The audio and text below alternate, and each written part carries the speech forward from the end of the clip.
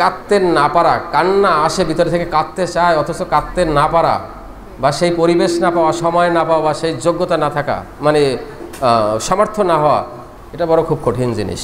এখান থেকে সাপারেট হয়। যদি কেঁদে দিতে পারে, কান্নায় ঝরিয়ে দিতে পারে, তাহলে কিছুটা কষ্ট ধুয়ে যায়, কিছুটা জিনিস ধুয়ে যায়। কাঁদতে না পারাটা হলো সবচেয়ে ব্যর্থতা। এবং এই ক্ষতিগুলো মানুষের জীবনে যে কত বড় ক্ষতি বয়ে আনতে পারে চিন্তাও করা যায় না। আচ্ছা, এখন তুমি কি চাও? Desire to cry but can not. কাঁদতে চাই কিন্তু কাঁদতে পারি না, কাঁদতে চাই কিন্তু কাঁদতে পারি না। আমি মুক্তি চাই কিন্তু মুক্তি পাই না। সমস্যাটা হবে, মানে এটা হবে, সেন্ট্রালটা হবে এখানে। ইগনেশিয়ার রোগী এই আঘাত থেকে পূজা করুক আর যাই করুক, তারপরে ওই যে তার সোল, সেখান থেকে মুক্তি পেতে চায়। এখনও চায় যে আমার কথা বোঝার মতো একজন মানুষ। ওই বলে গেছে ডায়লগের ভিতরে, ওইখানে প্রশ্ন আর একটা করা যেত। এখানে বলেছিল না যে কৈফিয়াতহীন, যে কোনো কথা জিজ্ঞাসা করবে না। আমার যে সেই রোমান্টিক ভালোবাসা, বা আমি যে পিছনে একটা অন্যায় করে আসছি, ভালোবাসায় কেঁদেছি, বিষ খেয়েছি, গলায় ধরে দিয়েছি, এটার কোনো দিন কৈফিয়ত চাবে না। বা আমি আগে একটা সংসার ছেড়েছি, এটার কৈফিয়ত নেবে না, এমন একজন মানুষ চাই। ইগনেশিয়া এই জায়গাটা খোঁজে। তাহলে ইগনেশিয়ার দুটো জায়গা, একটা হলো তার এরকম একটা ভিতরের চাওয়া, একদম অন্দর মহলের যে আলমারিটা শিকল দিয়ে বেঁধেছিল, সেই আলমারির ভিতরে ড্রয়ারের ভিতরে আবার পকেট ড্রয়ার আছে, সেই ড্রয়ারের চাওয়া হলো এটা একদম ভিতরে। কিন্তু আত্মসম্মানবোধী মানুষ খুব সহজে বলবে না। কিন্তু তুমি অনেক কথা যাও যে বলে, কোনো কথা না বলে, আপনি যদি ভালো ডাক্তার হন, ওই আপনার এই বলার ভিতরে বিভিন্ন কায়দায় ছোট্ট একটা জায়গায় এরকম ইঙ্গিত দিয়ে গেছে যে এখন আপনি কি চান? আমি কাঁদতে চাই কিন্তু পারি না। পারলে কি হতো? এই জ্বালা জ্বালা কিছুটা মুছে দিয়ে আপনার ভবিষ্যৎ স্বপ্ন কি, জীবন কিভাবে, বাকি জীবনটা কিভাবে কাটাবেন, তখন সে থ মেরে যাবে। কিন্তু ভিতরে এক পরিকল্পনা আছে, প্রকাশ করতে চায় না, ওই আত্মসম্মানবোধের জায়গা থেকে। ঠিক আছে, এই জায়গাটা সে প্রতিপালন করে। তার মানে মূল কথাটা আসবে হলো সে মুক্তির এক ব্যাকুলতা বা আকুলতা তার ভিতরে কাজ করে। আচ্ছা, ইগনেশিয়ার দুঃখরানির সাপ্রেশনগুলো কি কি? ফার্স্ট সেশনে বলে গেছি। ইগনেশিয়ার নারীর সাপ্রেশনগুলো কি কি? এই সাপ্রেশনের বাঁধ ভেঙে দিতে হবে। এই সাপ্রেশনের বাঁধ কে ভাঙতে পারে সেটা আমাদের দেখতে হবে। এই সাপ্রেশনের আগে সাপ্রেশনগুলো বুঝতে হবে। তার এক সাপ্রেশনের জন্য কত কি সাপ্রেশন হয়েছে। সাপ্রেশন ছিল একটা সাইলেন্ট গ্রিপ, একটা গ্রিপ, দুঃখ, তাই তো? সেই দুঃখ যে কি করেছে, ওই আমরা কিন্তু এখানে হরমোনাল কথাটা নিয়ে আসছি। তোমার প্যাথোলজি কি? আমরা হোমিওপ্যাথিরা প্যাথোলজি জিজ্ঞেস করি না, কিন্তু এই প্যাথোলজি যে কিছু প্যাথোলজি আছে, বিশেষ করে আমার হরমোনাল প্যাথোলজি, এটা তো এড়ানোই যাবে না। তাইলে এক সময় আমি দুঃখ পেয়েছি, সেটা আমি ভিতরে চাপা দিয়েছি, কারো কাছে বলতে পারি নাই যে এইরকম একটা অপমান। কিন্তু অপমান আমি বলতে পারি নাই, কিন্তু অপমান আমাকে ধরে ফেলেছে, সে কিন্তু যায় নাই।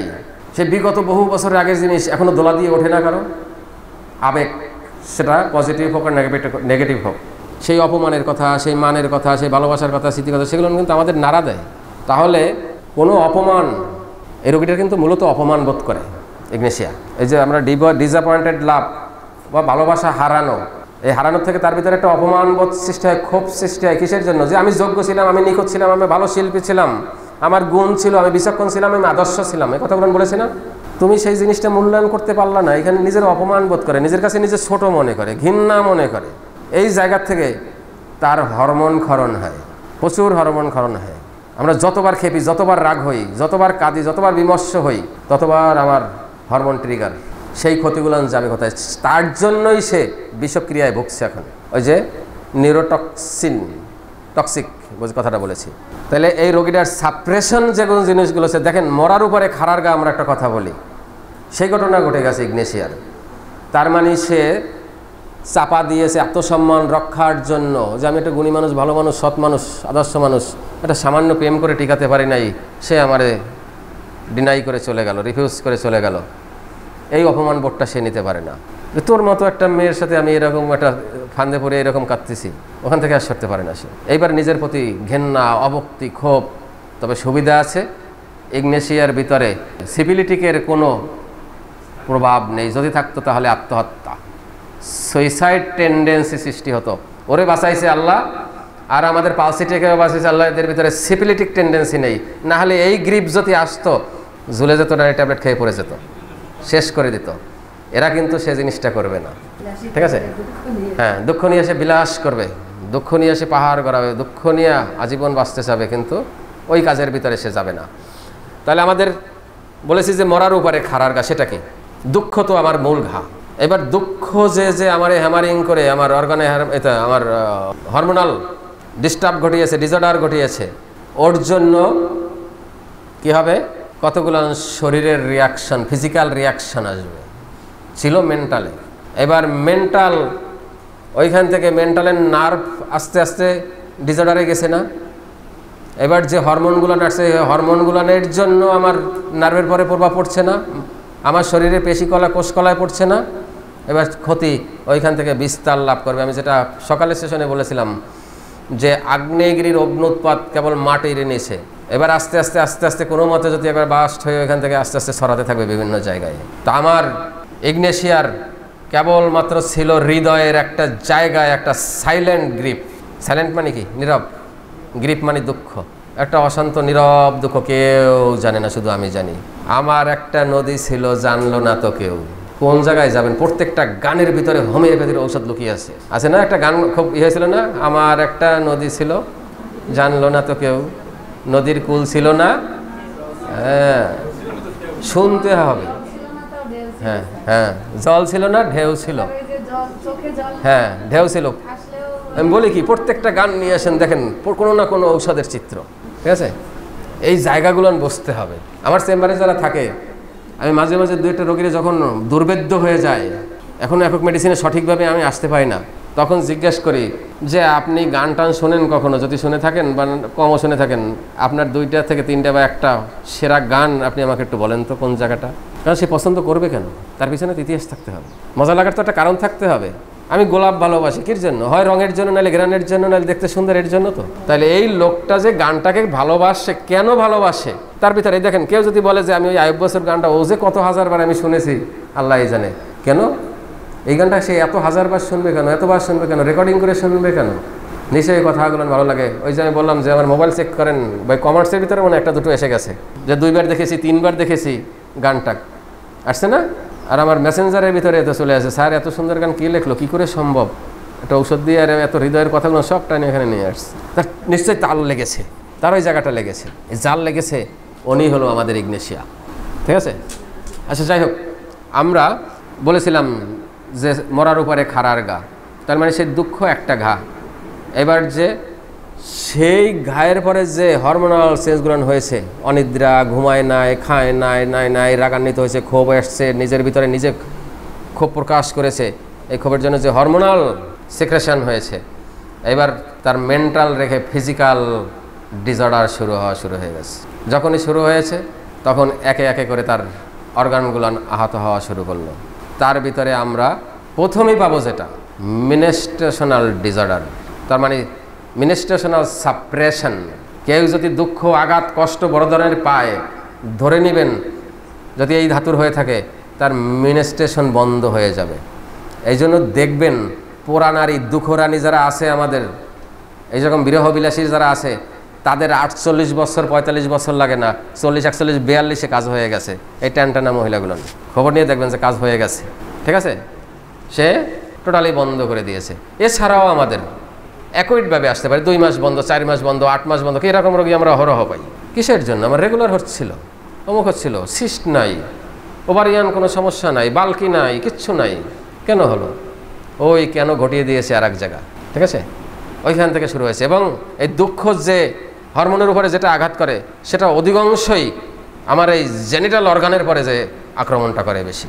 এই মিনিস্ট্রেশন, সেক্সুয়াল অ্যান্ড ওই কী বলা যায়, কনসেপ্ট, এই সমস্ত জিনিসের পরে যে আঘাতটা করে বেশি। তাহলে আমার সাপ্রেশন কয়টা খুলতে হবে, কারণ এক সাপ্রেশনের জন্য যে মহিলার মিন্স রেগুলার হয়ে যাচ্ছে, সেটা যদি সাপারেট হয়ে যায় 27 মাস, তার পয়জনাস, তার টক্সিন কোথায় যাবে? সেখানে টক্সিন আছে না? আছে। স্যার মিন্স বন্ধ হয়ে গেছে আজকের এই কয় মাস, পা জ্বলে, হাত জ্বলে। এখন ওই পা জ্বলা হাত জ্বলা আমরা আলাদাভাবে ট্রিটমেন্ট করি, আবার মিনিস্ট্রেশন করে মিলে কিছুই হয় না। কিন্তু ওই যে মিনিস্ট্রেশন সাপ্রেশন, এর জন্য যে ওর হাত পা তালু জ্বলে, হাত পা মাথা জ্বলে, অমুক জ্বলে, শরীরে দাহ। আর একটু মজার কথা শুনবেন, আমাদের এই মেডিসিনটাও সেই ভেনাস কনস্টিটিউশনাল বডির কথাটা বলা হয় নাই। আমরা যে পালসিটিলা পড়ানোর সময় বলেছিলাম ভেনাস কনস্টিটিউশনাল বডি, মনে আছে কি তার ব্যাখ্যাটা? তার মানে যে বডির ভিতরে রোগী দাহ মনে করে বা ভিতরে গরম বোধ করে, দাহ বলা যাবে না, গরম বোধ করে, অথচ বাহিরে ঠান্ডা বা শীতল থার্মোমিটারে আসে না। এই মহিলাটাও তাই, সে বলতেছে আমার ভিতরে দাহ, ভিতরে জ্বালা অমুক, কিন্তু আপনি বাইরে থেকে বুঝবেন না। তাই জ্বালা যে সমস্যাটা, এটাও আমার সাপ্রেশনের জন্য হয়। পরবর্তী সাপ্রেশনটা কি ছিল? ওয়েপিং বা ক্রাইং বলেছিলাম সকালের শিফটে। ভুলে যান কেন এত সকালে? সে কান্নাকে চাপিয়ে দিয়েছে। এখন একটা মানুষ সামান্য একটা হাসি আসলে ওইটা চাপাই দিতে গেলে কেমন লাগে? আর একটা বড় কান্নাকে যদি চাপিয়ে দেন, অনেক বাচ্চারা মারা আছেন, খুব ভুল করে থাকেন, কি ক্ষতি করছেন আপনি জানেন না। বাচ্চারে মারার পরে কানতে পারবেন, চুপ চুপ চুপ চুপ, একটু শব্দ করবি না, আছে না? জবাই দিয়ে দেন বাচ্চাটাকে, প্রয়োজন ওই কাজটা করেন না। কি ক্ষতি করে দিয়েছেন চিন্তাও করতে পারবেন না যে কোথা থেকে ক্ষতি হয়ে যেতে পারে। আজকের একটা বয়স্ক মহিলার যদি একটা গ্রিপ, একটা ভালোবাসা, সেই দুঃখটা যদি তার এত কিছু করে দিতে পারে, ওই ছোট্ট বাচ্চাটাকে যা দিচ্ছেন ওতে হবে না? অপমান বোধ করবে না? তার ভিতরে একটা ক্ষোভ সৃষ্টি হবে না? তার ভিতরে গ্রিপ সৃষ্টি হবে না? হবে। কিন্তু আমাদের সমাজ ব্যবস্থাপনাটা এমন, আমরা কেউ কাউকে সামাল দিতে পারছি না। সামাল দেওয়ার জন্য যে একটা চেইন ওয়ার্ক দরকার, সেই চেইন ওয়ার্কটা নাই, কোনো পরিবারের ভিতরে নাই, সমাজের ভিতরে নাই, রাষ্ট্রের ভিতরে নাই, প্রতিষ্ঠানের ভিতরে নাই। এই জন্য আমরা সবাই ব্যর্থ হচ্ছি, কিন্তু জায়গায় সবাই কিন্তু ব্যর্থ হচ্ছি আমরা। ঠিক আমি যে মুহূর্তে রাগ করবো যার উপরে, সে যদি ওই সময় যদি আস্তে সরে যায়, তাহলে কিন্তু আর জিনিসটা হয় না। সেও উঠে আসলো, তখন তো এখানে জিনিস হবে। তাই এটার জন্য বলছে এগুলো চেইন ওয়ার্ক। আমরা সবাই মিলে যদি না করতে পারি, এককভাবে কখনো সম্ভব নয়। যেমন আমাদের হাইজিনটা কিন্তু আমাদের একটা চেইন ওয়ার্ক। আমি যদি একা চিন্তা করি যে স্বাস্থ্যসম্মত পরিবেশ গড়ব, আমার বাসা প্রতিদিন 2 বার হারপিক দিয়ে ধোয়া, ওই ডিটল দিয়ে ধোয়া, স্যাভলন দিয়ে ধোয়া, যেন জীবাণু না থাকতে পারে, সব কিছু করলাম। আমার পাশের বাড়ির খোলা পায়খানা, আমার হাইজেনিক কোনো দিন হবে? কারণ আমার বাড়ি আরও বেশি হবে। কি জন্য? আমি কাঁঠাল কিনবো, আম কিনবো, আমি একটু বড় লোক না, ইলিশ মাছ কিনবো, এইগুলো গ্রান পাই, ওই মাছই ওই বাড়ির থেকে পায়খানার থেকে সরাসরি এসে আমার ড্রয়িং রুমে ঢুকবে। তাহলে কি চেইন ওয়ার্ক? ওরের পায়খানা না বানাই দিয়ে আমার বাড়ি আমি হাইজেনিক করতে পারবো না। তা আমাদের সমাজেও এই যে আমরা ক্ষতিগুলো করে যাচ্ছি, শুধু একজনের না বাজার জন্য, একজনের ঠান্ডা না মানে করার বুঝ ব্যবস্থা বুঝে না নেওয়ার জন্য আমরা জিততে চাই। সবচেয়ে বড় জায়গাটা হলো এখানে, সবাই যার যে জায়গা থেকে আমরা জিততে চাই, এটাই হলো আমাদের সবচেয়ে বড় ক্ষতির। এই জিনিসগুলো এই ক্ষতিতে বিশাল ক্ষতি হয়ে যাবে আপনার এবং আপনার পরবর্তী জেনারেশনের। যাই হোক, ওদিকে আর যাবো না। আমরা বলেছিলাম অবরুদ্ধতা, তাহলে আমরা প্রথম অবরুদ্ধ পাইলাম মিনিস্ট্রেশনাল সাপ্রেশন, 2 নম্বরে পাইলাম উইপিং বা ক্রাইং, কান্না চাপিয়ে রেখেছে। কান্না চাপানোর মতো ক্ষতি করার কিছু নেই। ওই যে হাফগুলো ওঠে কান্নার সময়, ওই চাপাই দিলে দেখবেন না বাচ্চারা লাস্টে যায় কী করে, হিক্কা উঠে যায়। দেখছেন এটা? কিসে যেন ওরে কাটতে দেওয়া হয় নাই, ওর ক্ষোভ, ওর নার্ভের পরে যে চাপটা পড়েছে, সেই চাপটা আপনি বের করতে দেন নাই, সেইটা এখন নাচতেছে। পরে দেখবেন ইগনেশিয়ার ভিতরে হিক্কা দেওয়া আছে, ইগনেশিয়ার ভিতরে হিক্কা দেয় রোগী। কিসের জন্য? বলতেও পারি না, অমুক করতে হয় না, যেন হিক্কা ওঠে। এটা তো দেখেছেন না? এটা দেখেন নাই? নিজেকে সন্তানকে যখন কিলাইছেন আবার কাঁদতে দেন নাই, এবার লাস্টে এমন করছে। কি করেছেন তা আপনিও জানেন না। হ্যাঁ, কে না করেছে এটা? আমি এর শিকার, আপনারা এর শিকার, এবং আমাদের পরবর্তী জেনারেশন আমাদের দ্বারা জানাশোনার পরও শিকার হচ্ছে। ওই যে বললাম ব্যবস্থাপনার অভাব। এই হিক্কাকেও যদি চাপিয়ে দেন তাইলে ওর মৃত্যু। আমাদের ইগনেশিয়ার ওরকম ভিতরে কষ্টের হিক্কা আছে। আমাদের হিক্কার ভিতরে মাত্র কয়েকটা মেশিন, তার ভিতরে ইগনেশিয়া একটা। কোথা থেকে পড়াবো? বললাম না যে এত কিছু আলোচনার পরে কত লক্ষণ হাজার হাজার থেকে যাচ্ছে। আমাদের একটা প্রশ্ন করেছিল যে স্যার এই কথকতা লিখলেন কেন, ওই ইগনেশিয়ার কথকতা। তো ওরা বুঝালাম যে এখনও না বলা অনেক কথা, ইগনেশিয়া যা কিছু বলেছি এখনও যে কত কিছু না জানার কথা। ওই সেদিন বেলেডোনার পোস্টের উপরে আমি লিখেছিলাম, কি দেখছেন শেয়ার করে, যে ইগনেশিয়া যদি 5% জেনে থাকি, 20% জানার চেষ্টা করি, না 20% জানি, 50% জানার চেষ্টা করি, 50% বাকি থেকে গেল। এত কিছু আলোচনার পরে তো এই জন্য হোমিওপ্যাথির এক জনমেন নাই। কয়টা পেলাম? সাপ্রেশন 2টো। এবার আসেন টিয়ার্স, চোখের পানি। যে জিনিসটা কেঁদেছে মন, জোরেছে আর এক জায়গায় পানি। চোখ কাচ্ছে নাকি কোনোদিন? চোখ কি ব্যথা পাইছে নাকি? যে বিরহ দিয়েছ, অপমান করেছ, চলে গেছো, প্রেম দেও নাই, অমুক করো নাই, আঘাত করেছো, এর জন্য কি চোখ ব্যথিত? চোখ আদৌ ব্যথিত না, ব্যথিত হলো মন। তাইলে কেঁদেছে মন, ঝরেছে চোখে।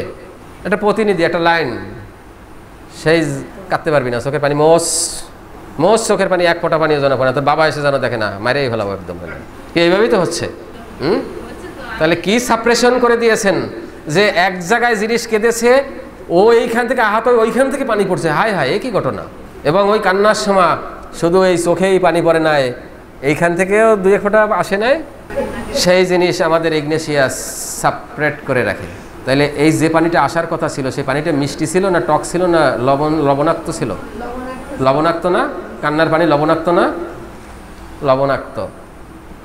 তার ভিতরে কিছু তাহলে কেমিক্যালস রিয়াকশন আছে, সেই জিনিসটাকেও তুমি চাপিয়ে দিয়েছো। তাহলে এই যে এটা নিউরোটক্সিক বলেছি, দেখেন নিউরন কিভাবে টক্সিক হয়। মানে আমার শরীরের স্নায়ু তো আগে পড়িয়েছি, আপনারা জানেন, কলেজে পড়িয়েছি, আলোচনা করেছি, চেম্বারে আলোচনা করেছি, যে মূল প্রহরী আমার শরীরের, মূল যে আমার সংযোগ ঘটায়, যে ব্রেনের সাথে সরাসরি সংযুক্ত যে নার্ভ স্নায়ু, তাকে আমি আহত করে দিয়েছি, একদম চাপাটা এসব তার উপরে পড়ছে। এই কারণের জন্য সে নিউরোটক্সিক্যাল রোগীতে পরিণত হয়। আচ্ছা, আর কি আছে সাপ্রেশন টিয়ার্সের পরে? ইমোশন।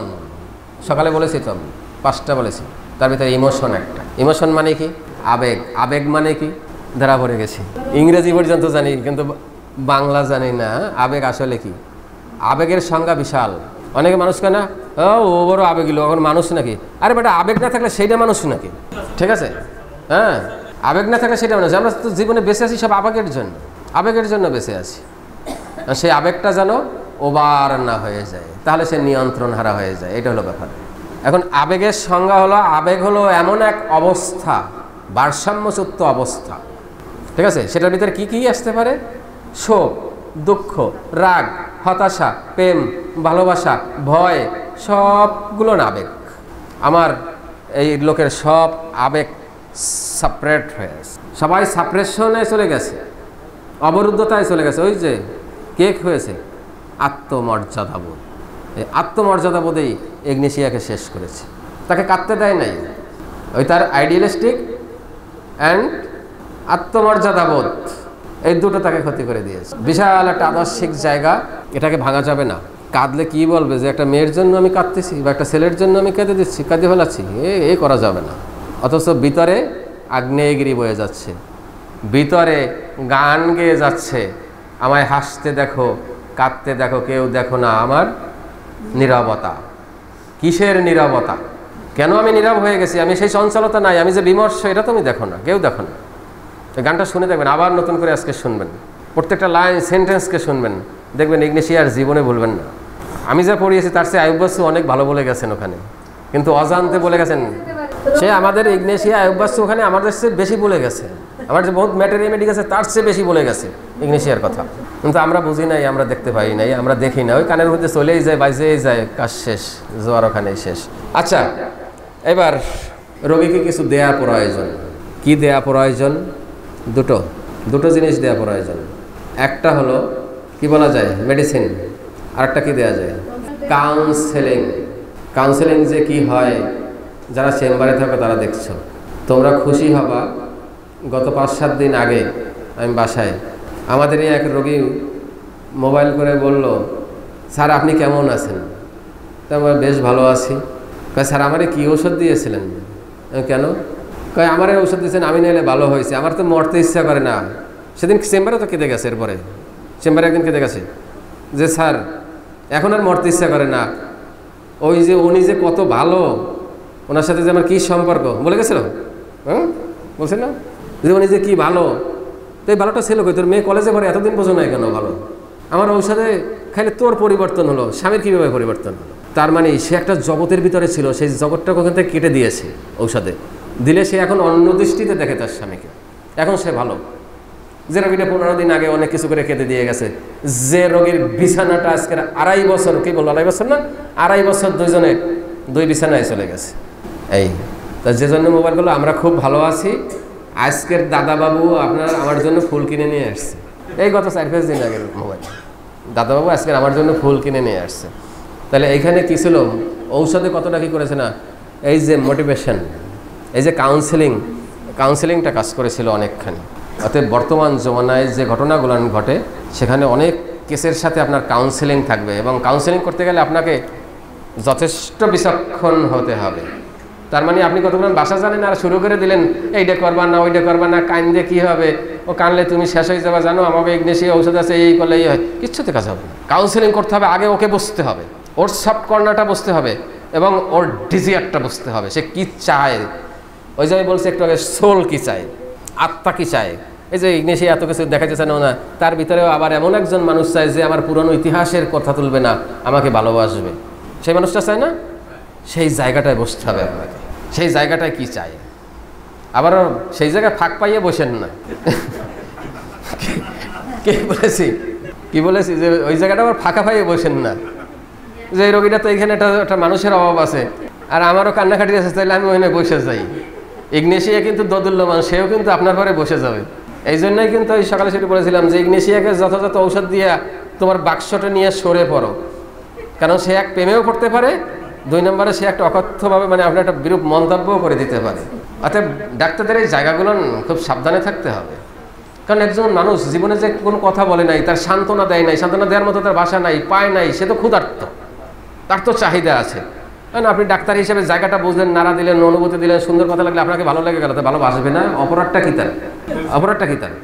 অপরাধ হবে ডাক্তার যদি ওইখানে বসে যায়, কারণ সে তো বোঝে, সে যখন ট্রিটমেন্ট দেবে তাকে একজন অ্যাক্টর হতে হবে, একজন প্রেমিকের অ্যাক্টর হতে হবে, একজন ডাক্তারকে বাবা হতে হবে, একজন ডাক্তারকে স্বামীর ভূমিকা নিতে হবে, একজন ডাক্তারকে বন্ধুর মতো হতে হবে, একজন ডাক্তারের ছোট ভাইয়ের মতো হতে হবে, একজন ডাক্তারের বড় আদর্শবান ব্যক্তি হতে হবে, একজন ডাক্তারকে ধর্মযাজক হতে হবে। প্রত্যেকটা রোগীর ক্ষেত্রে এই অভিনয়গুলো করতে হবে, একজন বড় অ্যাক্টর হয়ে বলেছে।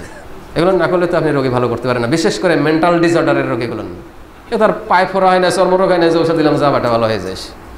মেন্টাল ডিসঅর্ডারের তার মানে কি, কেন্দ্র অসুস্থ, কেন্দ্র। আর এই যে পায়ে একজিমা হয়েছে, অমুক হয়েছে, সমুক হয়েছে, হাঁটুতে ব্যথা হয়েছে, বাত হয়েছে, এগুলো কি? এখন তো অঙ্গরাজ্যে সামান্য একটু ডিস্টার্ব হয়েছে, একটা খোসা, আমার প্যাকেটের একটু চামড়া উঠে গেছে, প্যাকেটের মিষ্টির কিছু হয় নাই এখন, ওই মিষ্টিটাই তো, বাক্সের মিষ্টিটাই তো আপনার জিস্ট। তা আমার জিস্টকে ভিতরে আমি, এটা তো ঠোঙ্গা, মরে গেলে ওইখানে ঘুরে থাকবো, ওই পচাবে, পোকে খাবে, অমুক খাবে, কিচ্ছু করার নেই, কোনো অনুভূতি নেই।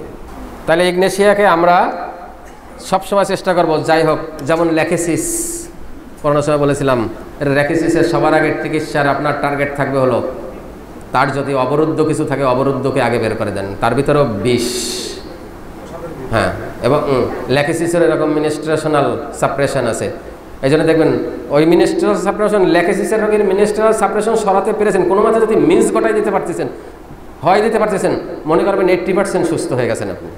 এবার ল্যাকেসিসের যে দেখেন যে মিন্স হলে সুস্থতা বোধ করে, সবাই ক্লান্ত হয়, অমুক হয়, সে ওইখান থেকে সুস্থতা বোধ করে, তার মানে ওই সাপ্রেশনটা সে মেনে নিতে পারে না, তার ভিতরে শরীরে তো এমনি বিষ আছে, তো এই বিষের উপরে আরও বিষ সে মেনে নিতে পারে না, এই জন্য মিন্স হয়ে গেলেই সে সুস্থ হয়ে যায়, অনেকখানি সুস্থ হয়ে যায়। যেন বুঝতে হবে যে এই রোগীটার সেন্ট্রাল চাওয়াটা কি, কোন জায়গায় সে উপসম্বোধ করবে, সেই জায়গাটা বোঝে।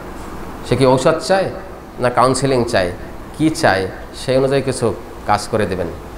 আচ্ছা, এই হলো আমাদের ইগনেশিয়ার আচরণ, নেচার। সারাদিনটা আপনাদের আটকায় ফেললাম, এবার আমরা আরেকটু জিনিস দেখব। আচ্ছা, আমরা একটা কথা বলেছিলাম যে আমরা জীবন দর্শন অথবা আত্মার সোলের চাওয়া এবং আমার এই যা সারাদিন আলোচনা করলাম, এটা সাপোর্ট দরকার। এগুলো আবেগের গল্প বলে এরকম বলা যায় অনেক কিছু, কিন্তু আবেগে দিয়ে বলতে হবে না, বিজ্ঞান দিয়ে প্রতিষ্ঠিত করতে হবে, ফিলোসফি দ্বারা প্রতিষ্ঠিত করাতে হবে, নাহলে তো এগুলো হবে না। এখন আমরা সেইটা দেখার চেষ্টা করব। দ্বিতীয় পাতার বাম পার্শ্বে দেখেন, হ্যাঁ, ওইখানে দুটো জিনিস আছে না? তার জীবনের একটা দর্শন আছে। এখন সেই দর্শনটা হলো সে জীবনকে এখন কিভাবে ট্রিট করে। দেখবেন রোগীরা বিভিন্ন বলবেন না, এই রোগী আপনার জীবন ফিলোসফি কি বা আপনার জীবন দর্শন কি, এই প্রশ্নের গভীরতাই সে বুঝবে নাকি। তার মানে এটা বুঝতে হবে যে আচ্ছা, তাহলে আপনার এখন কি চাই, আপনি এখন নিজেকে কি ভাবেন, আপনি এখন নিজেকে কি মনে করেন। আচ্ছা, আপনাদের ওই শীটটা দেখেন, ওই আমরা যে ইগনেশিয়ার এই আদ্যক্ষর অনুযায়ী যে ঔষধগুলো দিয়েছিলাম, ওখানে তো আছে নামগুলো না, ওই IGNATIA দিয়েছিলাম না, ওইখানে শেষের যে এটা, হ্যাঁ, অ্যাভারশন, তারপরে আছে অ্যাগ্রাভেট, আমরা জীবন দর্শন দেখব। ইগনেশিয়ার জীবন সম্পর্কে তার ধারণাটা কি। প্রত্যেক মানুষেরই একটা জীবন সম্পর্কে একটা ফিলোসফি থাকে। যে বেটা খুনি, ওরে যত বুদ্ধি দেন অমুক দেন দেবে না, ওর ফিলোসফি ওইটা। ওই মারতে পারলে কাজ হবে, অমুক করতে করতে ই করে ফেলাবো, সমুক করে যা হবে, ওর ফিলোসফি ওই দিকেই কাজ করে। যে সাহিত্যিক, ও চিন্তা করছে যে বড় বড় সাহিত্যিক দেবেন, কিছু কিছু সাহিত্যিক আছে আমাদের এখনও ব্যাগ নিয়ে পেপার অফিসের সামনে ঘরে, পেপারে একটা ছাপা হয়েছে কিনা, জীবন শেষ, ইনকাম নাই, কিছু না, সেই গাড়ি বাড়ি নিয়ে সেই কবির ভাব ধরে, চুল ভাব ধরে বসে আছে, ওইটাই তার ফিলোসফি, ঠিক আছে। আবার যে চাঁদাবাজ, তারে আর কোনো কিছু দিয়ে বলাইতে পারবেন না, সে নতুন নতুন জায়গা খোঁজে, খুঁজতে খুঁজতে যাই যদি পাবলিক টয়লেটেও ঢুকে যায়, চিন্তা করছে এইটা খায় কেটা, তাহলে কেউ খায় না, তাহলে এইটাই আমার খাওয়া লাগবে। কি পাবলিক টয়লেটও লিস্ট নিচ্ছে না, ভাড়া নিচ্ছে না, মস্তানি করতেছে না, তার মানে ওর ফিলোসফি ওইটাই। তাহলে যার যে ফিলোসফি, সেই ফিলোসফি অনুযায়ী সে চলে। এক একজনের একটা, ও যারা যা কিছু বুঝেন না কেন কাজ হবে না, না ওই ব্যবসা বাণিজ্য করে কী হবে, রাজনীতিতে আছে, ভালো আছে, এই করে করে যদি কোনো দিন কমিশনারের পরে এমপি নির্বাচনটা পাই যায়, তাহলে আর পাইকাটা টয়লেট এরকম বানাই দেবো কয়টা, তাই তো। তাহলে প্রত্যেক একটা জীবন লাইফ ফিলোসফি আছে। আমাদের ইগনেশিয়ার লাইফ ফিলোসফিটা হলো life is a stage of separate emotion, আছে না ওখানে? তার মানে জীবন হলো চাপা আবেগের এক মঞ্চ। ও ওইটাই ভাবে, ওইটা ও সরাবে না, ওরে একটা ভালো গান দেবে, ও কাজাবে না, ও গান বাজাবে। ওই আমায় কি গানটা ছিল, আমার সকল দুঃখের প্রদীপ জেলে দিব আসে গেলে করবো নিবেদন, ও ঘুরে ঘুরে ওইখানেই যাবে। আমায় হাসতে দেখো, কাঁদতে দেখো, ওই গানই সে শুনবে। ওর ফিলোসফিটাকে লাইফ হলো একটা ইমোশন, এটা সাপোর্ট করে। আর একটা ইমোশন সে প্রতিপালন করে, সেটা হলো সরো আজ এ ল্যাডার টু সেলফ গ্রোথ, বা বাটা নেই, গ্রোথই শেষ করে দেন। তার মানে দুঃখ হলো আত্ম উন্নতির সিঁড়ি। আরে দুঃখ না পাইলে মানুষ কোনোদিন অনুভূতি হয়নি। আরে দুঃখ না পাইলে তোমার অভিজ্ঞতা আছে নাকি? ওই দুঃখ পাইছি, ওই প্রেমে আসি, ওই নিয়ে মাজারে পড়ে যাবো, এখানে যাবো, ওখানে যাবো, ওই ছাড়ে দিছি। আরে জীবনে আধ্যাত্মতা আছে, আছে এরকম পাগল আমাদের সমাজে, তারা লাইফটাকে ওইভাবেই করে। এই আমাদের ইগনেশিয়ার যদি কোনো কারণে যদি ওই আত্মসম্মান বোধটা যদি না থাকতো, তাহলে সেও দেখা গেল এই গাড়ি ব্যাগ নিয়ে দেয় কোনো এক মাজারে পড়ে আছে, বা রাস্তাঘাটে হাঁটতেছে, বা পাগল সাজার অভিনয় করছে, বা পাগল হয়ে গেছি। প্রেম পাগল মানুষ আছে না, স্টেশনে স্টেশনে এখানে ওখানে দেখে আসে না। আমি একটা গল্প বলেছিলাম যে আহসানুল্লাহ কলেজের বা সিটি ইনের সামনে যে বট গাছটা, দুই রাস্তার মাঝখানে, আহসানুল্লাহ কলেজ আর সিটি ইন মাঝখানে যে আইল্যান্ডের উপরে বট গাছটা, একটা পাগল ঘুমিয়েছে আজ বহু বছর, চ্যাপটা গপটা দাঁড়িয়ালা। একদিন আমার কাছে শুনবেন ইতিহাস, আমাদেরই এক ছাত্রীর বাবা, পরিচয় দেবো না, হ্যাঁ মারা গেছেন উনি, বাস পাগলটা মারা গেছে কয়েকদিন আগে। তার এই আশ্রমে প্রথম আশ্রয় দিতে চাইলাম, আমি সেদিন গেছিলাম খুঁজতে, তাদের শুনলাম উনি মারা গেছেন, স্ট্রোক করে মারা গেছেন। ইন্ডিয়ান লোক, হাই এডুকেটেড, প্রেম করলো বাংলাদেশি এক নারীর সাথে। বাংলাদেশি নারী বলবো না, বাংলাদেশের এক লেখেসিসের সাথে, এটা সাপের সাথে। আর এই সাপটা খুলনা শহরেরই মানুষ। ওই বিয়ে করে এনে বাবার বাড়িতে রাখলে যা হয়, আরও বিদেশি নাগরিক, আর নিজের চরিত্র তো এরকম বিষাক্ত। এই লোকটাকে ওই পর্যায়ে নিয়ে পৌঁছে দিয়েছে, এখন বুঝতে হবে। তাহলে আমরা খালি খুঁজি আর ইগনেশিয়া পড়ে, আর এখানে বসে আবেগ খুঁজি। বাস্তবতায় ঢোকেন, কত কি পাওয়া যাবে। এই বাস্তবতা না দেখলে বুঝবেন না। তার মানে ওরকম একটা শিক্ষিত, ওইরকম একটা স্মার্ট, ওইরকম একটা হেলদি, ওইরকম একটা লোকরে কি করে দিতে পারে, যে রাস্তার কাছে কতটা বছর আজকের।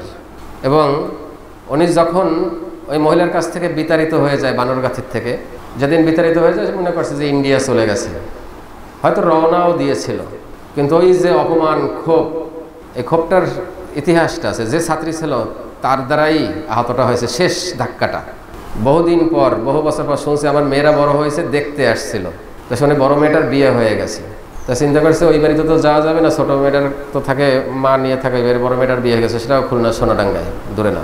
তখন দেখতে যাবে, সন্তানের জন্য কান্না, কারণ সে তো নিজে তো কোনো অপরাধ নাই, সে তো মানুষ ভালো, সে তো আইডিয়ালিস্টিক, আদর্শবান মানুষ। তা খুঁজে খুঁজে গেছে যেখানে মেয়ে বিয়ে হয়েছে সেই বাড়িতে। দুর্ভাগ্য, যখন বাদ সাধে তখন আর কাতে ঠেকানো যায় না।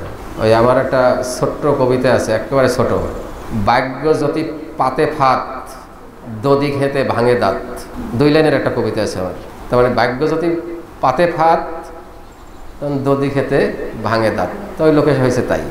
এবার সেই মেয়ের বাসায় খুঁজে খুঁজে খুঁজে যে ঠিকানায় যে দোতলায় না তিনতলায় যে দরজায় নক করেছে, দুর্ভাগ্য ছোট মেয়েটা যে আমার ছাত্রী সে ওইখানে ছিল। তো সে ছিল ক্লাস 4-এ পড়ে। যেই দরজা খুলছে দরজা প্রথমে বলছে, আমি ওই বাসায় বলি, আচ্ছা তুই এ জায়গায় আইছো কেন? সন্তানের ব্যবহার যা দেখতে আসছে সে বলে বলতেছে আপু দেখ দে আসছে কেনা, সেখানে আর একটা ওই রকম গালি। তার মানে কে শিখিয়েছে? মা বিষ ঢুকিয়েছে ওর কানের ভিতরে, যে ওই বেটা এই কাজ করেছে, তোকে এরকম নির্যাতন করে ফেলাই ঠিক আছে, আমার শেষ করে ঠিক আছে, অমুক করে দিয়েছে, এই বিষগুলো ছোটোবেলা থেকে কানে কানে ঢুকাইছে, সেই বিষক্রিয়ায় এ কাজ করেছে। বড় মেয়েটা দৌড়ে এই নাম, আমার বাড়ির থেকে নাম, ঘরে উঠবি না নাম, নাহলে কিন্তু লাথি দিয়ে নামাই দেবো, এই কথাটায় শেষ। এবার উনি অজর দ্বারায় হয়ে নাকি অনেক সময় কেঁদেছে। এই গল্প কিন্তু তার কাছ থেকে শোনা, আমার এই ছাত্রী ছোটটার কাছ থেকে শোনা। এবং সে তোমরা জানো এখানে কয়েকজনই, সে আমাকে এটা নিয়ে একটা বড় গল্প লেখার যে আমি ছেড়ে দিলাম, স্যার আপনি গল্প লেখেন, লেখছে কিনা এও চেক করতে আসছে একদিন, স্যার কত দূর আগালেন, যে কোথায় কী করছে। তাহলে এখন মাথায় সেন্সে আসছে যে কী ভুলটা করেছি, এই মেয়ে কি পাপ থেকে রক্ষা পাবে? এবং এর বড় ইতিহাসটা শুনে নেন। এই মেয়ে মাত্র কয়েকদিনের ছাত্রী ছিল, আবার মাত্র ফার্স্ট ইয়ারে কয়েকদিন ছাত্র ছিল, তারপরে আর না। যাই হোক, সে একদিন ওই লোক তো ওইখান থেকে মেরে অনেক সময় থাকলো, মানে সে যে নামবে ওইখান থেকে, যারা দেখতে আসলে এত কষ্ট করে, সম্ভবত ইন্ডিয়া থেকেই আসছিলো, এবং এই আশাটার ভিতরে পার্থক্য ছিল বেশ কয়েক বছর। সেই আশাটা তার পূর্ণ হলো না, বেলা সন্তানের কাছ থেকে সে কী পেল এটা নিতে পারে নাই, ওই ঘর থেকে আসতে নেমে গেছে। তারপর আর কোনো খোঁজ খবর নাই, 10-12টা বছর কেটে গেল, কোনো সন্ধান নেই। মানে জিন্দা সবাই ইন্ডিয়া চলে গেছে বা অন্য কিছু হয়েছে। এবার যখন আমার কলেজে ভর্তি হলো, তখন একদিন হঠাৎ করে কয়েকদিন ক্লাস করছে, মানে 8-10 দিন, হয়তো মেয়েটার কি দেখেছে আমার ভিতরে আল্লাহই জানে। আমার বলতে, স্যার আপনার চেম্বারটা কোথায়? আমি একটা চেম্বারে যাবো। আমি কি কোনো রোগ নিয়ে যাবো? কেন না স্যার আপনার সাথে একটু কথা বলবো। তো বলছি অমুক জায়গায়। তা স্যার কবে যাবো? ওকে আসো তোমার সুবিধা মতো।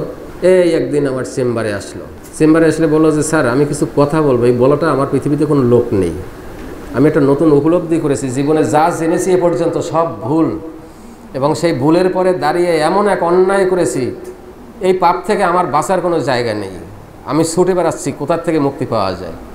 আপনার কাছে যদি কিছুটা জিম্মা দিই, আপনার কাছে যদি সমাধান থাকে আমাকে বাঁচানোর, আমাকে একটু বাঁচান, নাইলে আমি কোনো মতেই টিকবো না। ইতিমধ্যে মেয়ে কিন্তু মাস্টার্সে পড়ে সম্ভবত, তখন খুবই ভালো মেয়ে।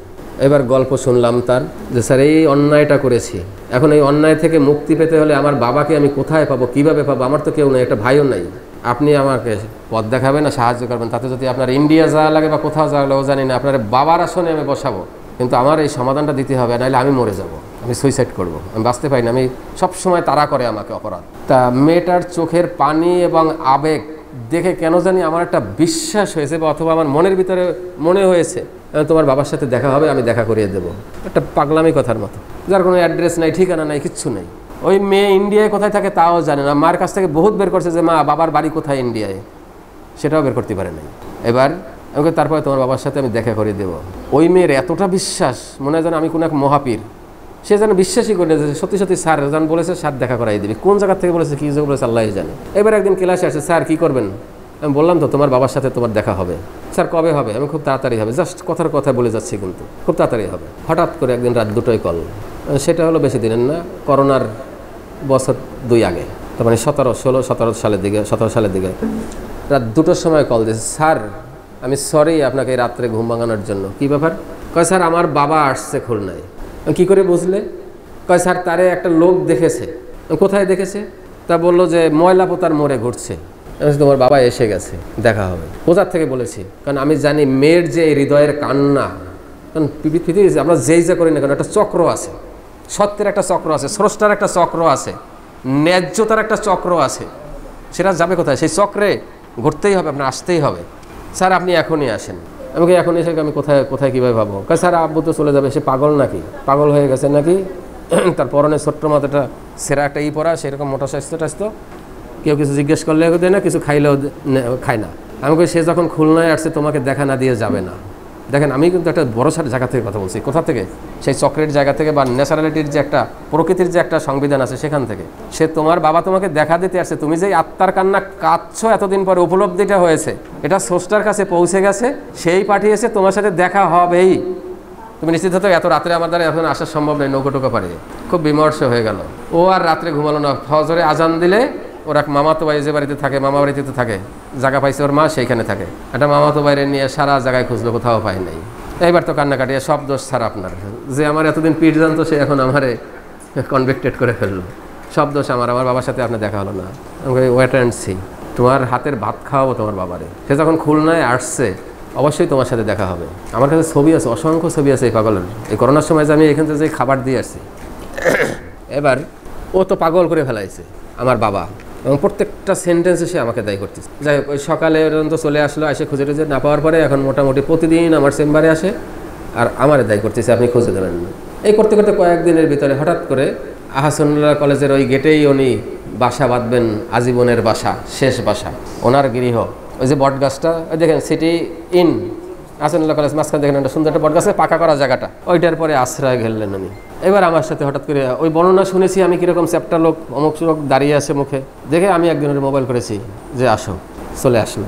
এরপরের সিনটা বলতে পারবো, এর পরেরটা যে কী আবেগে ছিল সেটা বলা যাবে না। মানে এই যে মিলন মেলাটা, এটা আপনারা কি বুঝতে পারেন? সে তো আমার বাবা না, আমার ভাইও না, ও আমারও কেউ না। তারপর সেই জিনিসটা আমি দেখেছি, সে জিনিসটা কেমন ছিল। কিন্তু দুঃখের বিষয়, বাবার কোনো বোধশক্তি ছিল না, সে কিছু অনুভবই করতে পারে না, শুধু একাই কেঁদে গেছে আর আমি কেঁদেছি। তাহলে এই যে জায়গাগুলো, এই লোকটার ইতিহাসটা কি, এই লোকটার ইতিহাসটা কি, উপন্যাসটা কি, তার কাব্য কি, এই মেয়ের কাব্য কি, এবং সে একবার বহু চেষ্টা করেছে যে সে বাবা বাবা ডাকবে, ও একবার সাড়া দেবে, শুধু পারে নাই। এই নাটকগুলো তো আমি দেখেছি। তাহলে আমরা যে রোগীগুলো দেখি, রাস্তাঘাটে পাগল দেখি, ইতিহাস খোঁজেন, হয়তো অনেক কিছু পেয়ে যাবেন। আর এই দেখতে দেখতে যেদিন কাঁদতে শিখবেন, বুঝতে শিখবেন, সেদিন আপনি মানুষ, এর আগে নয়। যাই হোক, ওই মেয়েটার শুধু একটাই আবেদন ছিল, সে তো আমার কথায় সাড়া দিল না, তার বড় বোনরে নিয়ে আনছে, তো ওখান থেকে বহুত কিছু করছে, একটা জীবনে সাড়া দিতে পারে নাই। শুধু আমি একটা সাড়া পেয়েছিলাম এই করোনার সময়, এত বছর চেষ্টা করে। আমি যখন ওখানে যেতাম মাঝে মাঝে খাবার দিয়ে আসতাম, এই করোনার সময় খাবার দিতে যে আমি তার সাথে অনেক কথা বলেছি, কিন্তু সে শুধু একটাই উত্তর দিয়েছে আমাকে, না, আর কিছুই না। তার মানে আমি তার স্মৃতিটাকে ফিরানোর চেষ্টা করেছি যে এই নামের মেয়েটাকে কি আপনি চেনেন? কথাই বলেন না, নিজের কাছে নিজে করতেছে। অমুক মেয়েটাকে চেনেন? অমুক মেয়েটা যে ছিল এই মেয়ের মা, তাকে চেনেন? কিচ্ছু চেনেন না, কথাই মনে দেন, কানেই ঢোকে না তার। খাবেন তাও না, ওই লোকটা কোনো কারোর সাথে জীবনে কথা বলে না। খাবার রেখে আসতো, কেউ খাইলে খাইতো, নাহলে ওইখানেই বসে থাকতো। অথচ এতটা বছর ওই মেয়ে যে কত বিরিয়ানি নষ্ট করেছে জীবনে, স্যার চলেন না, আব্বুর একটু খাওয়াবো, খাওয়াতে পারে নাই, এই দুঃখটাই তার। এবং এই মেয়েটাও চলে যাবে, থাকবে না, ওই পাপবোধ তাকে এখনও ছাড়ে নাই। যাই হোক, এই লোকটা হঠাৎ করে মনে হয় কিছুদিন আগে মারা গেছে। আমি লাস্টে তাকে বলেছি যে আপনার মেয়ের কাছে যাওয়া লাগবে না, আপনি আমার কাছে চলেন, আপনার খুব সুন্দর করে হবে। এই বৃষ্টিতে ভেজা, এই না খাওয়া, জীবনই না কোনো, আপনি যদি বলেন আপনাকে খুব ভালো জায়গায় রাখবো, আপনি কি যাবেন? ওই লাস্টে কোনো কথা শুনতো না, লাস্টে একদিন শুধু মাথা নাড়ালো। আমি বেশি চেষ্টা করেছি ওই নামটাকে ঢুকিয়ে দেওয়ার জন্য মেমোরিতে। আমি জীবনে সবচেয়ে বড় ব্যর্থ হয়েছে এখানে, যে নামটা শুধু একবার সেন্সে ঢুকে যাক। একটা নাড়া দেওয়ার দরকার ছিল, ওই নাড়াটা যদি দিতে পারতাম তাহলে ওইখানে যে ভূমিকম্প হতো, যে ঝড় হতো, হয়তো ওই ঝড়ে উনি ফিরে আসতে পারতেন। কিন্তু আমি বিভিন্ন কর্নার থেকে চেষ্টা করেও সেটা পারি নাই। যাই হোক, উনি মারা যাওয়াতে সবচেয়ে বেশি কষ্ট পেয়েছি। যে লোকটার চাচ্ছিলাম যে ওর সন্তানের কাছে আমি ফিরিয়ে দেবো, যেহেতু আমার কথা দেওয়া ছিল। এখন দিয়েছে সবচেয়ে বড় দায়িত্ব, যেটা আমি ইচ্ছা করে ফেলে রেখেছি। আমি লিখতে পারি, কারণ আমার কাছে সব ইতিহাস আছে, ওর মার কাছে, বাবার কাছে যা না আছে সেটুকু আমার কাছে আছে, কারণ আমি বাস্তবতা দেখেছি।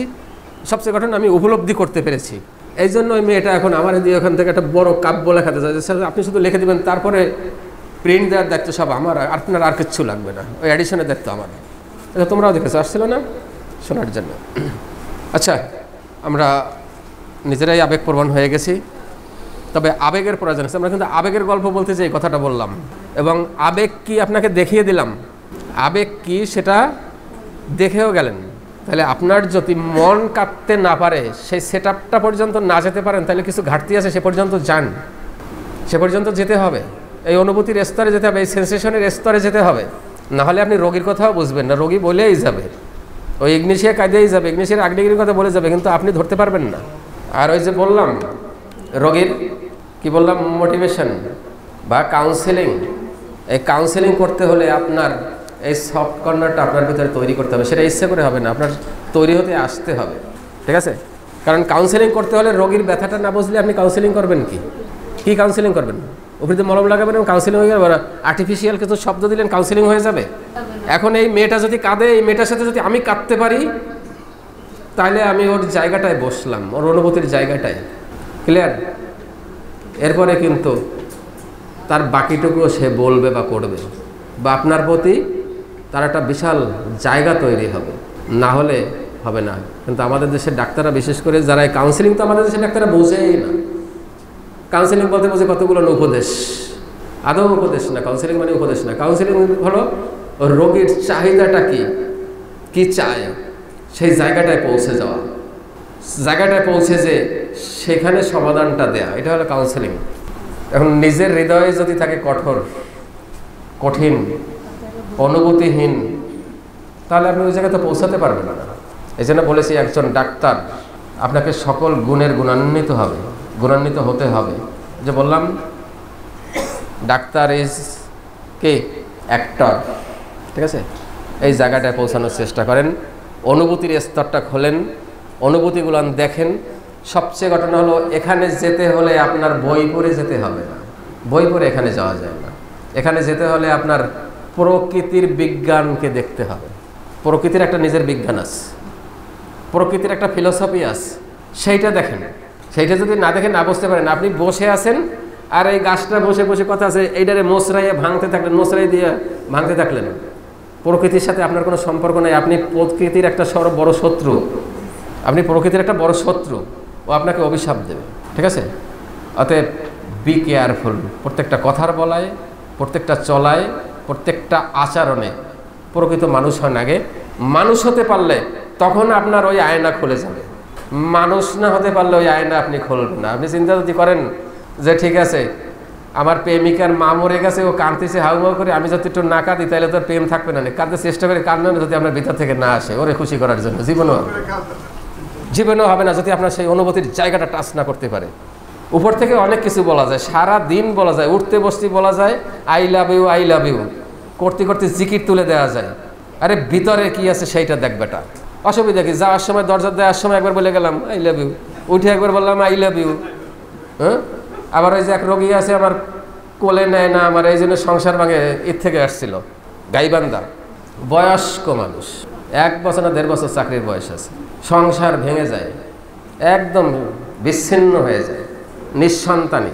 এত সুন্দর জুটি, জীবনের কোনো ত্রুটি ঘটে নাই, ত্রুটিটা ঘটলো এসে এই 58 বছর বয়সে। ডিলিউশন, ওই মহিলার ডিলিউশন ছিল।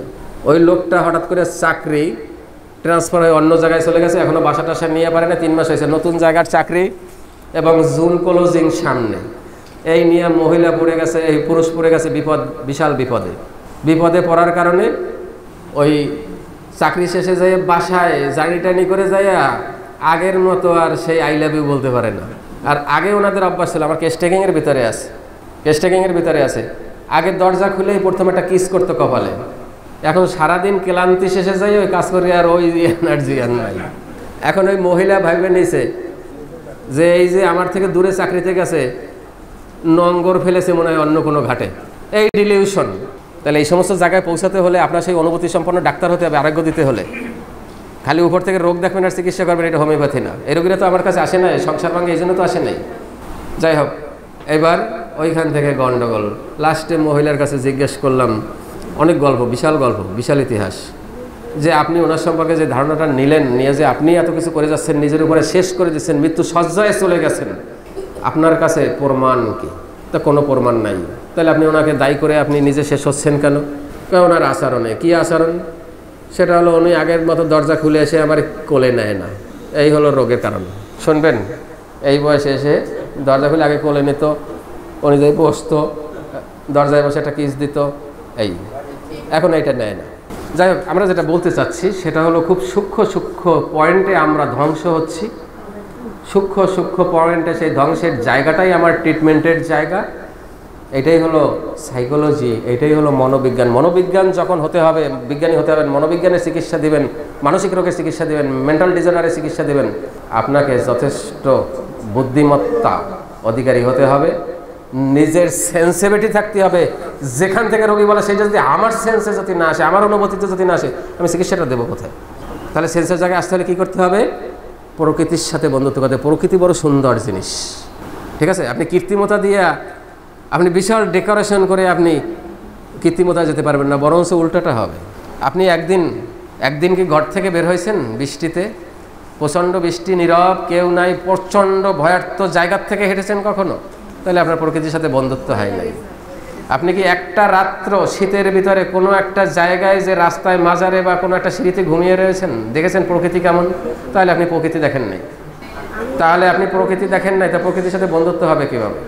আপনি যদি অন্যের দুঃখে, কেউ কোনো আত্মীয় না, রক্তের রিলেশন কেউ না, তার ব্যথাকে যেদিন অনুভব করতে পারবেন, তার জন্য 2 ফোঁটা অশ্রু ফেলতে পারবেন, অন্যের দুঃখে, অন্যের ক্ষুধার কষ্টে নিজের পেটে অনুভব করবেন, অন্যের সন্তানের মৃত্যু বা তার কষ্টটা যখন নিজের সন্তানের মতো ভাবতে পারবেন, সেদিন মনে করবেন আপনার কিছু ডেভেলপড হয়েছে।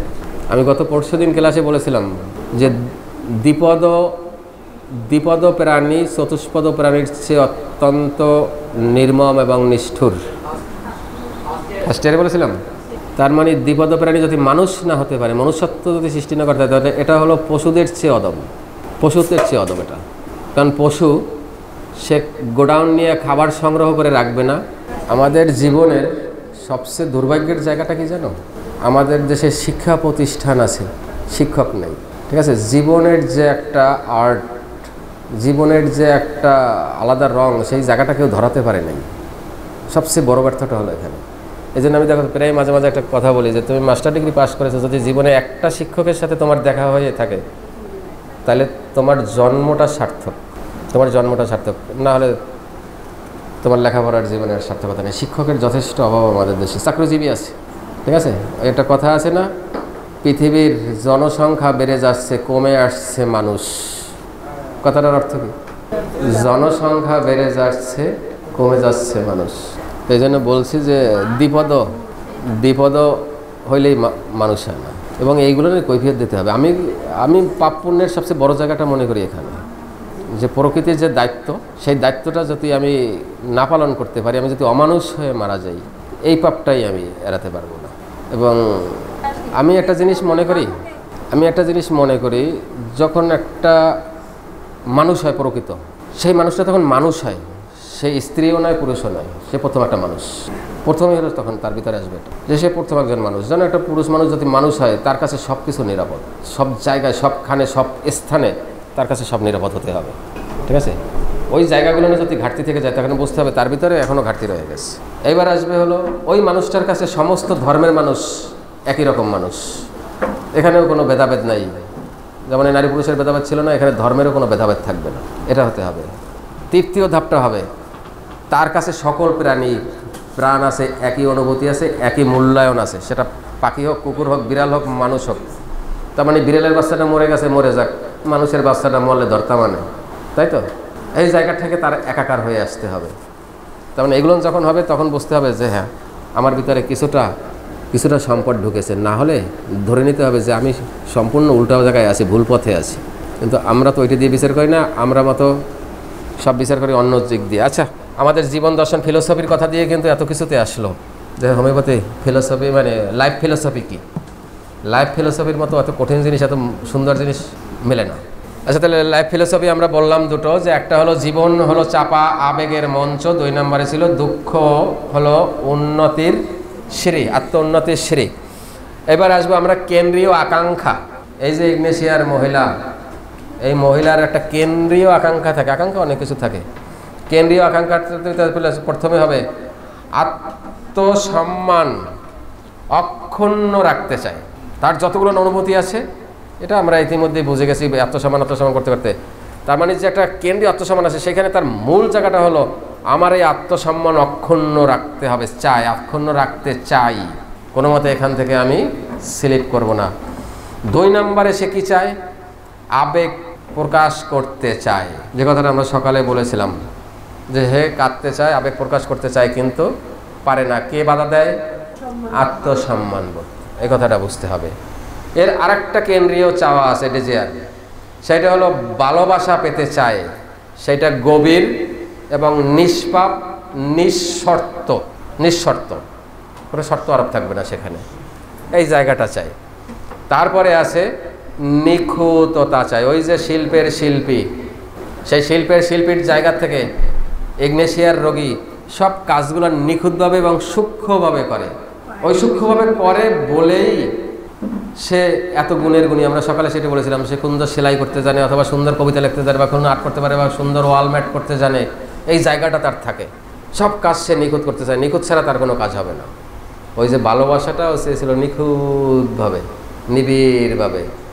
এই নিখুঁততায় যখনই খুঁত ঘটেছে তখনই সে ওখানে গ্রিপ সৃষ্টি হয়েছে। আচ্ছা, এই হলো এদের মূল কেন্দ্রীয় চাওয়া। এইবার আছে একটা দর্শন, একক লাইফ দর্শন, টোটাল একক একটা দর্শন আছে। বা এই যে যুক্তিগুলো দিলাম, এই চায় এই চায় না, এর ফিলোসফিটা কি? এত কিছু চায় বা রোগীটা তৈরি হলো, তার ফিলোসফিটা কি? সেই ফিলোসফিটা হলো ভিতরের আবেগ। ভিতরে যদি আবেগ সৃষ্টি হয়, দেহ এবং আমাদের ভাইটাল ফোর্স যে কথাটা বলি, সে এইটাকে ঠেলে বের করার দিনে বিভিন্ন ধরনের ডিফেন্স তৈরি করে। ওই হয় কান্না, না হলে নিঃশ্বাস বা অমুক কিছু, যাই কিছু করুক না কেন এই ডিফেন্সটা তৈরি করে। তার মানে ভিতরে একটা বড় ক্ষতি হয়েছে, যা কিছু দেখেছি আমরা, কেন করছে ইগনেশি এত কিছু, তার মানে ভিতরের একটা ক্ষতি। সেই ক্ষতিটাকে আমার বডি এবং আমার জীবনী শক্তি আউট করতে চেষ্টা করেছে বলেই সে বারে বারে নিঃশ্বাস ফেলেছিল। জীবনী শক্তি বারবার উঠে বসতে চেয়েছে, জীবনী শক্তি বারবার ওখান থেকে উঠে বসতে চেয়েছে বলে সে বারবার নিঃশ্বাস জেরেছে, বারবার কান্নার ঢেউ তুলে দিয়েছে, কিন্তু কাঁদতে আবার পারে নাই। কোনো একটা জায়গায় যে বাধা, ওইখান থেকে কাঁদতে পারে নাই। এই দোলাচলের দ্বন্দ্বে সে পড়ে গেছে। দুটো জায়গা আমি কালকে অন্যভাবে একটা ম্যাপ করেছিলাম, কিন্তু রাত্রে অনেক হয়ে গেছে, পারি নাই। এভাবে এভাবে দিয়ে যে কে কে কীভাবে করতেছে, কী সৃষ্টি হচ্ছে, ওইটার জন্য আবার কী সৃষ্টি হচ্ছে, আমরা গ্রাফ কোন জায়গার থেকে ট্রিগারটা সৃষ্টি হলো, মানে গুলিটা পড়লো কোন জায়গার থেকে। এই ট্রিগারটা বুঝতে হলে একটা বোঝাতে হবে। ট্রিগার নতুন শব্দ নিয়ে আসছি, এই ট্রিগারটা বুঝতে হবে, কারণ এটা আমি মনে করি একটা মেডিসিনের সবচেয়ে অমূল্য জায়গা হবে এই ট্রিগার। ট্রিগার বলতে আমরা কি বুঝি? একটা রিভলভার বা বন্দুক, এই থাকে না একটা ট্রিগার এরকম, এই তো ট্রিগারটা, এই যে। এবার আমার কাছে একটা বন্দুক আছে, হ্যাঁ, ঠাঠা ঠাঠা করে দিলাম। সব খেলাটা খেললো কোন জায়গায়? এই জায়গায় আমার একটা ছোট্ট আঙ্গুল ট্রিগার, মূল পয়েন্ট, মূল পয়েন্ট, মূল পয়েন্ট, কথাটা মনে রাখবেন, মূল পয়েন্ট। মারা গেলেন এখান থেকে 20 জন। ইতিহাসটা রচেন, 20টা মানুষ কি কষ্ট করে এখানে মারা গেল। ট্রিগার কিন্তু একটা ছোট জায়গা। এবার কেউ মরে ভুট হয়ে আছেন, কেউ শীত হয়ে আছেন, কারো ঘিলু চলে গেছে, কারো চোখ চলে গেছে, কত নির্মমতা, কত ইতিহাস। এবার যখন বাড়ির মানুষ খবর পাবে, কান্নার রোল পড়ে যাবে। যে সন্তানরা এখানে আসবে, কান্নায় রোল পড়ে যাবে। এই সন্তানটা একদিন বড় হবে, এই মেয়েটাকে বিয়ে দিতে হবে, কে নেবে দায়িত্ব? কে দেবে তার ঈদের জামা? মেয়েটার বিয়ে হয়ে গেল, ওই জামাইটা শ্বশুর পেল, ওই ঘরে যে নাতিপুতি হবে সে নানা পেল, বঞ্চনার ইতিহাস কত বড় হয়ে গেল। ট্রিগার ছিল ছোট, ছোট্ট একটা ট্রিগার ছিল, ইতিহাস রচেছে বিশাল। আমার ইগনেশিয়ার যে বিশাল ইতিহাস রচনা করলো, বটতলায় বসে মারা গেল, সন্তানরে কি করে গেল। এই সন্তান জীবনে পাপ মুক্তি পাবে? পাবে? জীবনে ওই পাপ থেকে আর মুক্তি পাবে না। যদি কোনো মতে বাবা একটা কথা শুনতো, যদি পা ধরে মাপ চাইতে পারতো, একটু বাবা জোরে বকে নিত, হয়তো কিছুটা সান্ত্বনা পেত। অতএব ওই মেয়ের মৃত্যুও খুব কাছে, নিশ্চিত। ঠিক আছে, হতেই হবে। ও না হলে বিজ্ঞান মিথ্যা, ধর্ম বিজ্ঞান সব মিথ্যা হয়ে যাবে। কারণ ওর যে ওই আঘাতটা করছে, ওইখান থেকে ট্রিগার হচ্ছে না হরমোনে প্রতিদিন, সেই হরমোন তো ওরই শরীরে ছড়াচ্ছে। আর সে কি নিউরোটক্সিন হবে না? অবশ্যই হতে হবে, হতে হবে। ওই মেয়ে কোনো একদিন দেখা হবে আমার সাথে। এখন বর্তমানে কোথায় আছে সেও আমি জানি না, চাকরি পেয়েছে, বিয়ে হয়ে গেছে, এই করোনার ভিতরে বিয়ে হয়েছে। ও শুকিয়ে একদিন হয়তো চেম্বারে আমি দেখাবো ছবি, আর বাবার ছবি যেমন রেখেছি ওটাও হয়তো দেখাবো, যে সে একসময় পেশেন্ট হয়ে আসবে, কোনো মতে বাঁচার রক্ষা নেই। আচ্ছা যাই হোক, তাহলে ট্রিগার পয়েন্ট থাকে একটা, কিন্তু ইতিহাস থাকে বিশাল। তাহলে আমার হোমিওপ্যাথির প্রত্যেকটা রোগীদেরও আমাদের একটা ট্রিগার আছে কোনো না কোনো জায়গায়। হয় তুমি একটা বড় ধাক্কা খেয়েছো, আঘাত পড়েছে শারীরিক অথবা মানসিক, অথবা কোনো একটা বিষক্রিয়া বাহির থেকে একদম সরাসরি তোমার ঢুকেছে, একটা ট্রিগার থাকতেই হবে। সেই ট্রিগার পয়েন্ট যখন ধরতে পারবেন, সেই দিন মনে করেন যে আমি যে কোনো মেডিসিন, এখানে তো জামান স্যার দ্বারাই দিচ্ছে ট্রিগার পয়েন্ট, একটা মেডিসিন পরে যদি নিজে ট্রিগার পয়েন্টটা পেয়ে যান, সেই দিন একটু আত্মতৃপ্তি লাভ করেন যে আমি হোমিওপ্যাথিতে নাম লিখিয়েছি, হোমিওপ্যাথি হতে যাচ্ছি। এর আগে আত্মতৃপ্তি নিয়েন না, যখন আত্মতৃপ্তি নেবেন তখন স্থগিত হয়ে যাবেন ওখানে। যদি আমি কিছু জানলাম না, আমি পারি, ওই পারার পরেও কিছুটা জায়গা পূর্ণ রাখেন যে আরও দেখার আছে। আজকের ইগনেশিয়া যেভাবে পড়বেন, নিজে যতটুকু পাবেন, কালকের পরে দেবেন আর একটু বেশি পাবেন, আবার 15 দিন পরে দেন আরও একটু বেশি পাবেন। তাহলে যদি পেতেই থাকি তাহলে বুঝতে হবে আরও আছে। আমি যদি পুকুরে জাল মারতেই থাকি আর মাছ উঠতেই থাকে, তাহলে বুঝতে হবে মাছ আরও আছে। তাহলে ইগনেশিয়া তো গান শুনেছেন, এই আমায় হাসতে দেখো, কানতে দেখো, দেখো না কেউ আমার নীরবতা। এই গানটা তো এই কদিনও শুনছেন আমার ভিডিওতে। আজকের এক সময় নিরিবিলি একটু শুনে দেখবেন, দেখবেন অনেক কিছু পাবেন। কারণ আজকের এই লেকচার যে সারাদিনটা তো একদম খালে যায়নি, জলে যায় নাই, কিছুটা অনুভূতি একটা অন্য জায়গায় আসছেন, সেইখান থেকে দেখবেন ওই গানের ভিতরে একটা নতুন জিনিস, যে কথাটা আপনি চেয়েছেন বোঝেন নাই, সেটার ভিতরে অনেক কিছু এসে যাবে। আচ্ছা, তাহলে আমাদের ট্রিগার পয়েন্ট কি জানেন? ইমোশনাল শক ওখানে আছে। ইমোশনাল শক এই মানুষটাকে শেষ করেছে, এত গল্প রচনা করিয়েছে, একটা ইমোশনাল শক। তার মানে যে প্রথম আঘাতটা পেয়েছে, ওই যে একটা ইমোশনাল শক লেগেছে, ওইখান থেকেই শুরু হয়েছে তার খেলা, তারপর আর বলতে পারে নাই। তো একটা মানুষকে শেষ করতে, একটা সংসার ভাঙতে, একটা মানুষ থেকে আরেকটা মানুষ বিচ্ছিন্ন হতে ওই একটা ট্রিগার লাগলে হয়, সেটা ইমোশনাল ট্রিগারটা সবচেয়ে বড়। আপনার এক বন্ধু আপনার লক্ষ টাকা নিয়ে ধার নিয়ে আর দেয় না, দেবেও না, আর দেওয়ার কায়দা নেই, আপনি এখনও বন্ধুত্ব টিকিয়ে রেখেছেন, কিন্তু এমন একটা কথা বলেছে যে ওরে জীবনের তরে ত্যাগ করে দিয়েছেন, ঘটতে পারে না। ওইটাই ছিল ইমোশনাল ট্রিগার, ওইটাই ছিল ট্রিগার। আপনার লক্ষ টাকা, কষ্টের টাকা, সেখানে কোনো ক্ষতি হয় না, কিন্তু ওর একটা আচরণ, একটা কথায় কাজ শেষ করে হয়ে গেছে, সম্পর্কটা ভেঙে দিয়েছে। আমাদের মানুষগুলো, আমরা যে রোগীগুলো হই, এর পিছনে খুব বড় বড় কোনো কারণ নেই, কোনো বড় কারণ নেই রোগের পিছনে, ছোট্ট ছোট্ট জায়গা। একটা সুস্থ মানুষ নিয়ে আসেন, পরীক্ষা করে নিয়ে আসেন, টোটালি ক্যান্সারের ওই যে CA-25 যে এটা দেওয়া হয়, প্যাথোলজিটা দেওয়া হয়, এই 120, হ্যাঁ 120, ঠিক আছে, এই পরীক্ষাটা দেয়, একদম পরীক্ষা দিয়ে দেখবেন যে ওখানে 0 পয়েন্ট, কোনো ধারা নাই। আপনি লোকটাকে নিয়ে আসেন যে স্যার এই লোকটাকে আপনি ক্যান্সারের রোগী বানাই দেন, কোনো কিছু খাওয়াবো না, প্রতিদিন শুধুমাত্র একটা করে কানে কানে কথা বলে দিয়ে যাব, তার ভিতরের ওই টেন্ডেন্সি জমে যাবে। একটা রোগ পাগল না, তারে পাগল বানাতে বেশি সময় লাগে না, বড় জোর 1 সপ্তাহ। সাইকোলজি এমন একটা জিনিস, 1 সপ্তাহ একদম পুরো পাগল হয়ে যাবে সে। সুন্দর একটা বুদ্ধি দিয়ে দেবেন, বেশি কিছু না, আবার খাটাই না এগুলো কোনো জায়গায়। তার মানে একটা লোক রাস্তা থেকে হেঁটে যাচ্ছে, খুবই ভদ্রলোক, খুবই শান্ত লোক, 2টা ছোট ছোট দুষ্ট ছেলে লাগাই দেন পিছন থেকে, যে ওই লোকের যাওয়ার সময় রাস্তায় একটু কাদা মেরে দে, পা দিয়ে কাদা মেরে দিল, ওই লোকটাকে রাখা, ভাই ছেলে ভাই তোমার বাড়ি কোথায়, এই কাজটা করলে কেন, বড় জোরেই। ঠিক ওই ছেলে দুটোই দ্বিতীয় দিন যখন মারবে, তখন ওই লোকটা চিন্তা হবে দুষ্ট ছেলে তো উদ্দেশ্য করে মারতেছে আমার, ওখান তো এবার প্রচণ্ড রাগ হবে, তৃতীয় দিনও রাগ হবে, চতুর্থ দিন বলে দেন, যখন ওই লোকটা রাগ হবে তখন তোরা পাগল পাগল করে লাভ দিবি, যে পাগল পাগল পাগল করে 3-4 জনে নাচবি সামনে। এবার ওই লোকটা ওই বাঁচার জন্য, আত্মসম্মান রক্ষার জন্য নিজের জুতা খুলবে বা লাঠি খুঁজবে, লাঠি গেল কই খুঁজবে না, ধরার জন্য। মেন্টাল ডিসঅর্ডার শুরু হয়ে গেছে, মেন্টাল ডিসঅর্ডার হ্যামারিং শুরু হয়ে গেছে। পরের দিন ওই লোকটা ধাপড় দিয়ে এখান থেকে একদম রাস্তা পর্যন্ত নিয়ে যাবে, যে প্রত্যেক দিন ডিস্টার্ব করিস আমাকে, পরের দিন এখান থেকে স্কুল পর্যন্ত নিয়ে যাবে। এবার রাস্তার মানুষ সবাই ওইটা কি সুন্দর বলতেছিল, পাগল হয়ে গেছে, বাচ্চাদের সাথে খেলা খেলে গেছে, কাজ হয় ওটা, আর লাগবে না। আমাদের সংসার জীবনটা এই পাগলামিটা, এই দুষ্টামিটা, এই ভুলটা আমরা সবসময় এরকম ছোট্ট ছোট্ট করতে থাকি। এখান থেকে ওঠার চেষ্টা করেন। একটা ডাক্তার, একজন শিক্ষক এবং একজন ফিজিশিয়ান, দুটো, কথাটা মনে রাখবেন। ঔষধ রোগী আসলো, টাকা পয়সা পাইলাম, প্যাকেট দিয়ে ঝাঁকি দিয়ে খাইতে থাকেন, আর যান ড্রয়ার বললাম, তার জীবনটা যদি একটা আলো দেখাতে পারেন, একটা পথ দেখাতে পারেন, আপনার জীবন সফল। তার একটা পাপের কার্য থেকে, তার একটা অন্যায় থেকে, তার একটা ভেঙে যাওয়ার থেকে, তার একটা পোড়ার থেকে সে যদি উঠে আসতে পারে, এর পূর্ণতা কে পাবে না? তা আপনি একজন ভালো শিক্ষকও বটে এবং একজন ফিজিশিয়ানও বটে, শুধুমাত্র ঔষধ দিয়ে ব্যথা কমাতে যে না, ব্যথা বহুত জায়গায় আছে। আচ্ছা, আমরা শেষ করি। আমাদের ট্রিগার হলো তাহলে ইমোশনাল শক, কথাটা যেন মনে থাকে। আচ্ছা, তাহলে আবেগ চেপে রাখার জন্য আমাদের এই বিকৃতিটা ঘটলো। বিজ্ঞান কি বলে এখানে? তুমি এত জামান স্যার সাহিত্য রচনা করো, কবিতা লেখো, তুমি বর্ণনা দিয়ে একেবারে কাদাইয়ে দিলা, রাস্তার পাগল দিয়ে কাদাইও দিলা, নিজেও কাঁদলা। এর সায়েন্সটা কি? সায়েন্স আছে না? সায়েন্স না দিলে তো বিশ্বাস করবে না যে ও আবেগী লোক, নিজে কাঁদতে পারে না, অন্যেরও কাদাই দিতে পারে, ও তো ক্যানভাসাররাও পারে রাস্তা। এর সায়েন্সটা কি? বিজ্ঞান দ্বারা আমার এই জিনিসটাকে প্রতিষ্ঠিত করা হবে, সেই বিজ্ঞানটা আপনাকে আমি বুঝাতে পারবো না। কি জন্য? কারণ সেই চ্যাপ্টারগুলো আপনারা পড়েনও নাই, দেখেনও নাই, আর অনেকের এরকম একটা ঘটনা আছে সেটা জানাও নেই। অতএব এখানে বুঝাতে আমার কষ্ট হবে, এই জন্য আমার সায়েন্সের দরকার, মেডিকেলের সায়েন্সের দরকার। এই জন্য বিজ্ঞান দ্বারা প্রতিষ্ঠা কথা। সেটা কি ওখানে আছে? বিজ্ঞান আছে? আছে। কি লেখা আছে? অটোনমিক নার্ভাস সিস্টেম ইমব্যালেন্স, ঠিক আছে? অটোনমিক নার্ভাস সিস্টেম, আমাদের ব্রেনের যে মূল তারগুলান আছে, যে নার্ভগুলান নেমেছে, তার বিভিন্ন ধাপ আছে।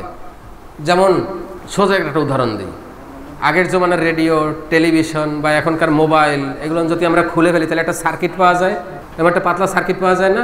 ওর ভিতরে পার্টস, যন্ত্রপাতিগুলো বসানো, ওর আলাদাই আছে। আপনারা মোবাইলের সার্কিট নিয়ে যাবেন, যে আমার মোবাইলটা কথা ঢুকতেছে না, আমি যা বলি শোনে না, সে যা বলে আমি শুনি, অথবা পিকচারে ছবি আসে না বা আলো আসে না, এরকম একটা কথা বলবেন। ওই মেকার যাইয়ে সব খুলবে না, ভালো যে ডাক্তার সে কিন্তু সব খুলবে না। সে শুনবে কি হয়েছে স্যার, ওই টেলিভিশনে শুধু শব্দ আসে না, ছবি টবি আছে, সব কিছু আছে। ওই মেকার জানে ওই সার্কিটের ভিতরে কোন অংশে ছবি আসে, কোন অংশে সাউন্ড আসে, কোন অংশে আলো আসে, লাইট, সব সে জানে। ওই কথাটা শুনে সেই জায়গায় দেখবেন ওই তাতাল দিয়ে বা মেশিন দিয়ে ধরে ধরে মিটার দিয়ে দেখে, ওই কোনাটায় দেখে দিয়ে দেখে যে সব জায়গায় ঘুরে ঘুরে, মানে তার মানে লাইন ক্লিয়ার। কোনো একটা জায়গায় ধরছে, চাপি ধরছে, এরকম ও দাঁড়াই রয়েছে কাটা মিটার, তার মানে এইটা সংযোগ বিচ্ছিন্ন, তাই তো? তাই না? সমস্ত জায়গা যদি সালাবালি করে তাহলে ওই সার্কিটের কিছু থাকে? আমরা ডাক্তাররা এই কাজ করি, অ্যালোপ্যাথি বলেন আর হোমিওপ্যাথি বলেন। অ্যালোপ্যাথিরা করে এক পদ্ধতিতে, আমরা করি এক পদ্ধতি। আমরা করি কাতুকুতু দিয়ে, আর ওরা করে বান্দে। তার মানে রোগী তুমি আইছো, এক্স-রে করাও, আলট্রাসাউন্ড করাও, ইসিজি করাও, রক্ত করাও, প্রস্রাব করাও, হ্যাঁ সব করা, এটা বান্দা দিয়ে দেয়। আর আমরা এসে কি করি? লবণ খান, মিষ্টি খান, স্বপ্নে দেখেন, উড়ে যাই পড়ে যাই, কিছু কিছু কমন প্রশ্ন দিয়ে আমরা ওই কাতুকুতু দিয়ে ছেড়ে দিই। এটা জায়গা নয়। প্রথম চান্সে আপনার বসতে হবে, দুই এক কথার ভিতরেই আপনার বসতে হবে ট্রিগার পয়েন্ট কোথায়। সে ট্রিগার পয়েন্টে আঘাত করলে খুব দ্রুত বেরিয়ে যাবে। এই যে ওই যে রিটায়ারমেন্টের লোক, মাস্টার মানুষ যে বললাম, তার কি বেশি সময় লাগছিল নাকি? 3 থেকে 4 মিনিটের ভিতরে তার জিনিসটা বুঝে ফেলেছি যে কেন সে এতটুকু বয়সে। এবং এ রোগের ইতিহাস শুনলে আপনার আশ্চর্য হয়ে যাবেন। ভারতের এমন কোনো বড় হাসপাতাল নেই, এমন কোনো বড় ডাক্তার নেই যার কাছে চিকিৎসা না দিয়েছে। এই সেকেন্ড টাইম প্যারালাইজড। ওই যে বললো স্কুল জীবনে, এই কলেজ জীবনে, কলেজে উঠে যে আঘাতটা হলো, সেখানে যেতে গিয়ে আমার বেশি লাগছিল। কেঁদে দিল, কীভাবে কেঁদে দিল, 2-3 মিনিট, ঠিক ট্রিগারে পয়েন্টটা বুঝতে হবে। তাই জন্য রোগীর অবয়ব অভিব্যক্তি এইটা বলে দেবে। রোগীরে প্রশ্ন করে খাতার দিকে তাকাই থাকেন না, এই আপনার কি পেটে ব্যথা? হ্যাঁ, ওই আপনি লিখতেছেন ওই দিকেই রয়েছে, আপনার পেটে ব্যথা এই দিকে রয়েছে। রোগীর দিকে তাকান না, রোগীকে প্রশ্ন করে তার অভিব্যক্তি খেয়াল করতে হবে, কোন জায়গার থেকে উত্তরটা দিচ্ছে। রোগী বলার সময় মুখের অভিব্যক্তিটা কীরকম হয় সেই ছাপটা দেখতে হবে। কীভাবে বলছে? হ্যাঁ আমার পেটে ব্যথা হয়। স্যার পেটে কি ব্যথা হয়? স্যার অসহ্য যন্ত্রণা। এই যে বলার ভঙ্গিমা, এই যে চোখে দুটো বলার যেখানে দুটো ভাঁজ পড়লো, এর ব্যথা অনেক গভীরে। এইটা হলো প্যাথোলজি, এটা হলো রিয়াল প্যাথোলজি। এইখান থেকে আপনার বুঝতে হবে গভীরতা। রোগী একটা বলছে আর বাঁচতে ইচ্ছা করে না, কথার ভিতরে বলতেছে এত মাথা যন্ত্রণা, এত দুঃখ, সংসারে ভালো লাগে না, বাঁচতে ইচ্ছা করে না, এর সে মরণ ভালো। কারণ আপনি তো চিন্তা করছেন বাঁচতে ইচ্ছা করে না, মরণ ভালো, এরকম কোনো ঔষধই নাই। ঔষধ আছে রোগের, আপনার চিকিৎসা করতে হবে এর চেয়ে মরণ ভালো। কথাটা খেয়াল করেন, এর চেয়ে মরণ ভালো। কি পেটে ব্যথার চেয়ে? আপনি তো পেট নিয়ে আছেন, ওরে আল্লাহ। আপনার খেয়াল করতে হবে রোগের গভীরতা কত কঠিন, সেখানের প্যাথোলজি কত কঠিন। রোগীর মনে করে এই যে বেঁচে আছে, বেঁচে থাকার হলো সবচেয়ে শান্তির জায়গা, প্রচেষ্টার জায়গা, চেষ্টার জায়গা, সাধনার জায়গা। আমাদের যা কিছু করি কী জন্য করি? বেঁচে থাকার জন্যই তো করি। আর সেই রোগী মনে করতেছে, এই রোগী মনে করতেছে এর চেয়ে মৃত্যু ভালো। তার মানে এত শখ, এত শান্তি, এত প্রচেষ্টা, এত সুখ, এত প্রেম, এত ভালোবাসা, তার চেয়ে মরণ তার কাছে শ্রেয়। তাহলে সে কি কষ্টে আছে? সেই অনুভূতির যদি সেন্সের ভিতরে না ঢোকাতে পারেন, এই প্যাথি ছেড়ে চলে যান। খালি খালি রোগীদের এরকম নাক্সবাম খাওয়াই দিয়ে আজকের এরকম নিউরোনাল টক্সিনে নিয়ে আসেন না। এর পাপ যে কঠিন আল্লাহ তাআলা কীভাবে নেবে? কারণ এগুলো হলো না সাইলেন্ট কিলিং। এত সময় সাইলেন্ট গ্রিপ বলেছি, আর এগুলো ছিল সাইলেন্ট কিলিং। সাইলেন্ট কিলিং না? আপনার কাছে একটা গ্যাসের ঔষধ আছে, আপনি জানেন না, এই নাক্সবাম খা, অ্যাকাউন্টস একদম হ্যানিম্যান, জার্মানি ডেনিশ, কিন্তু তার মানে 20টা যেন ভেজাল না হয়, এই প্রেসক্রিপশন দিচ্ছি আমরা। তাহলে এই যে সাইলেন্ট কিলার, আপনি একটা লোকের একটা কোপ দিয়ে এক হাতে দিলে 2-4 মিনিট দাফাইতে ভাই কিছু বুঝলো না। এই সাইলেন্ট কিলিং যে করলেন, সে তো আজীবন ভুগে মরল, আরও কষ্ট বেশি পেল। কে নেবে এই পাপের ভার? এই ডাক্তারদের নিতে হবে। এই তো ডাক্তারি পেশাটা কিন্তু সহজ কিন্তু ডাক্তারি পেশাটা একটা ঐশ্বরিক পেশা, এটা আদর্শের জায়গা। এখানে পাপপূর্ণতা আছে, মহাপাপ আছে, মহাপূর্ণতাও আছে। চেম্বারে এসে যখন রোগীরা বলে স্যার আপনার জন্য নামাজ পড়ে দোয়া করি, এটা হলো আপনার জীবনের সবচেয়ে বড় পাওয়া। যখন বলে স্যার আজকের আমাদের অমুক জায়গায় এই ছিল, কি জানি মহিলারা এই বসায় তালিমের সবাই আপনার জন্য দোয়া করছে আজকের আমরা, এটা হলো পূর্ণতা। একটা রোগী ঘুমাতে পারে না, বহুদিন কষ্ট পাচ্ছে, ওই যেটা করে দিন, ওর দোয়া করা লাগবে না, ওই মোনাজাতের দোয়ার দরকার নাই, মসজিদে যাই দোয়া করার দরকার নাই, ওর একটা জিনিস এমনি লেখা হয়ে যাবে। ওই মসজিদে ইমাম সাহেবরে খাওয়াই দিয়ে, মুরগি গোশ খাওয়াই দিয়ে, গরুর গোশ খাওয়াই দিয়ে তারপরে দোয়া চাইয়ে দোয়া চাওয়ার দরকার নেই। আপনার কাজ প্রত্যেকটা জিনিস ফিল্ম হয়ে আছে, আপনার প্রাপ্তি অপ্রাপ্তি, আপনার পাপ পূর্ণতা সব ফিল্ম হয়ে আছে। কোথায় আছে? আপনার ভিতরেই আছে। ওই মৃত্যুর সাথে যখন জীবন নিয়ে যাবে না, ওই সাথে ওর সাথে দেখা যায় একটা মেমোরি কার্ড আছে, হয়তো সেই মেমোরি কার্ডের ভিতরে আছে, অথবা আল্লাহর খাতায় লেখা আছে, ভাই আরশের ভিতরে ছবি আছে। যদি ছবি না থাকে, আমরা যা কিছু করি ছবি সব বাতাসে আছে। বিজ্ঞান ধরতে পারে না সেন্সার দিয়ে, না পারলে এই সেন্সার দিয়ে এই কাজগুলো করে কীভাবে? যদি তাই না থাকে, তা না আসে টেলিভিশন মঞ্চে, আমরা এইখানে বসে দেখি কীভাবে, আসে কীভাবে? তবে তার সাথে আমার তারের যোগাযোগ নাই, সংযোগ নাই, অথবা আপনি যা কিছু করেন পৃথিবীতে সব রয়ে যাচ্ছে। সেইটাই হলো পাপপূর্ণতা। ওইটা ধরা হবে আগে, ওই বিচারটা হবে আগে। যে মানুষ হিসাবে তোমার যে ধর্ম, মনুষ্য ধর্ম, সেই ধর্মে তুমি কতটা এস্টাবলিশড, এটা বিচার হবে সবার আগে। এবার একটা গান আছে না, দুই কান্দে দুই মোহরি লিখতে আসেন ডায়েরি, গান শুনবেন না আপনারা, আমরা শুনি আবিজুবি, যাতে নিজের আত্মা বিশুদ্ধ হবে, আত্মার উন্নতি হবে, সেগুলো না আমরা শুনি না। আমরা ওই দেহের বাহ্য অঙ্গ উত্তেজিত হবে, এই সমস্ত জিনিস শুনি। ঠিক আছে, আমরা দেহকে এই ঠোঙ্গা বা যেটা প্যাকেট বলি, যাতে ডেভেলপড হয় সেইগুলো শুনি।